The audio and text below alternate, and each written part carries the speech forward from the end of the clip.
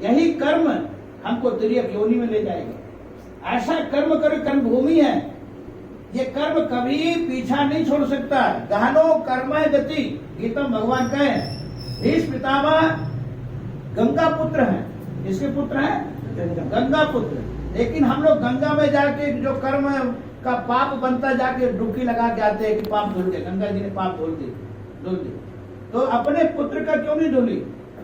क्या भीष्म पितामह गंगा नहीं नहाए? वो तो उनकी माँ है, खूब डुबकी लगाए। और माँ भी कर सकती, बेटा हम सबके पाप धोती हूँ कर्म का, तू देख ये ऐसे लेटा हुआ है अर्जुन के बाण के तीर में, और भीष्म पितामह ऐसे कर सकते, ऐसे कर सकते, ऐसे लेटे हुए। बताओ, मुस्कुरा रहे। जब भगवान कृष्ण पहुंचे पांडवों के साथ में, तो भगवान कृष्ण ने कहे, भगवान कृष्ण ने पितामह कैसे? ठीक है, हाँ कन्हैया, मैं इस बाण की सैया में पड़ा तेरा इंतजार कर रहा हूं। बताओ, हम लोग भगवान का इंतजार नहीं करते, हम लोग सांसारिक इंतजार करते हैं। और भीष्म पितामह बाण की सैया में लेटे हुए परमात्मा का इंतजार करते हैं। एक भीष्म पितामह को बाण की सैया मिली और भगवान कृष्ण सामने आए, और एक जटायु पंछी, त्रेता का पंछी जटायु, जो कि भगवान की गोद में, और दोनों ही मरणासन अवस्था में हैं। भीष्म पितामह भी मरणासन की अवस्था में है, और इधर जटायु भी मरणासन की अवस्था में है।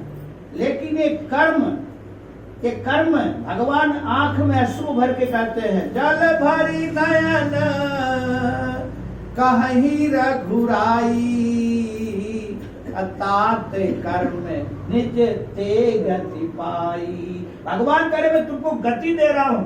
ये जो हमारी गोद मिली है, ये हमारी कृपा करुणा से नहीं है, हमारी भगवत्ता से नहीं मिली है, ये तेरे पुरुषार्थ से मिली है। किसी कुछ मिलता है तो पुरुषार्थ से मिलता है, कर्म से मिलता है।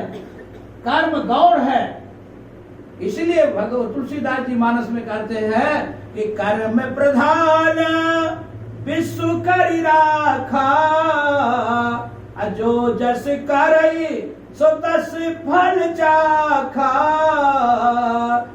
ये कर्म प्रधान है, और जो जैसा करेगा उसका फल उसको मिलेगा। भगवान इस जीव को कर्म करने का अधिकार दिए हैं, और कर्म करने